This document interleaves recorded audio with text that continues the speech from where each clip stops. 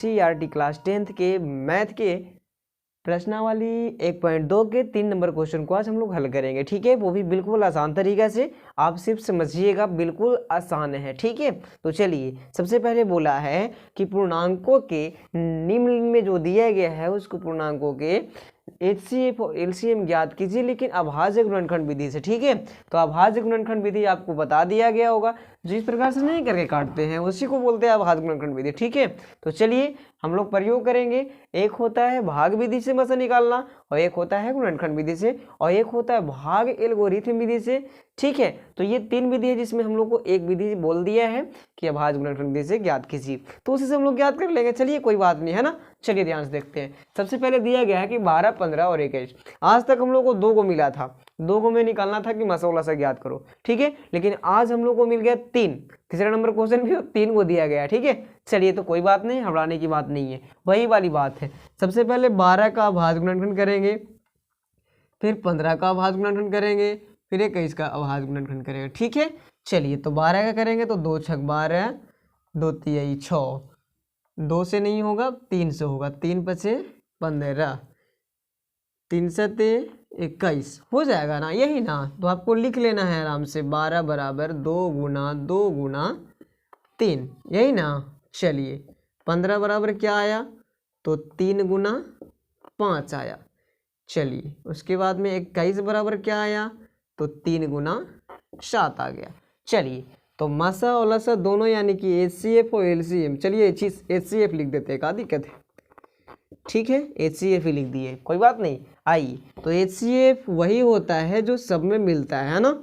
चलिए तो सब में क्या मिला, 3 मिल गया हमको। ठीक है, इसलिए HCF बराबर कितना हो गया, तो 3 हो गया। उसके बाद में LCM ज्ञात करेंगे। आइए, तो LCM ज्ञात करने के लिए जो मसा आता है उसको ले लेते हैं। उसके बाद में जो बच गया है तो 7, 5, 2, 2। ठीक है, कोई बात नहीं, 7 गुना 5 गुना 2 गुना 2, यही ना। चलिए गुना करते हैं, तो 7 तिया 21, 21 पचे 75 से 105 में 2 से गुना करेंगे, 210, 210 में 2 से गुना करेंगे तो कितना, 420 हो जाएगा। ठीक है, 420 होगा ना, देख लीजिए। 7 तिया 21, 21 बच्चे 75 से 105 में गुना करेंगे 2 से, 110 हो जाएगा। 110 में करेंगे 2 से गुना तो 210 होगा, 210 में 2 से गुना करेंगे तो 420 हो जाएगा। ठीक है, तो अब आपको देखिए अगला पार्ट को हल करना है। ठीक है, यही ज्ञात करना था, HCF और LCM ज्ञात करना था, जो हम लोग ज्ञात कर लिए। आइए समझते हैं अब दूसरा क्वेश्चन को। ठीक है, आइए उसी तरह से 17 का अभाज्य गुणनखंड करेंगे तो 17 का होगा ही नहीं, तो इसको लिख सकते हैं ऐसे 17 गुना 1।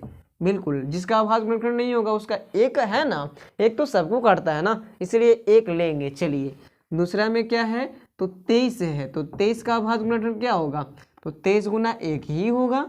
उसके बाद में क्या है, 29 है, तो 29 का भी गुणनखंड वही होगा, 29 गुना 1 हो जाएगा। ठीक है, तो यहाँ पास कोई तो नहीं मिल रहा, अभाज्य गुणनखंड इसका नहीं हो रहा था, इसलिए हमने 1 कम से कम ले लिया, क्योंकि जिसमें कोई भी चीज़ नहीं गुणन टूटेगा ही नहीं, उसका अभाज्य गुणनखंड में 1 लेना है आपको।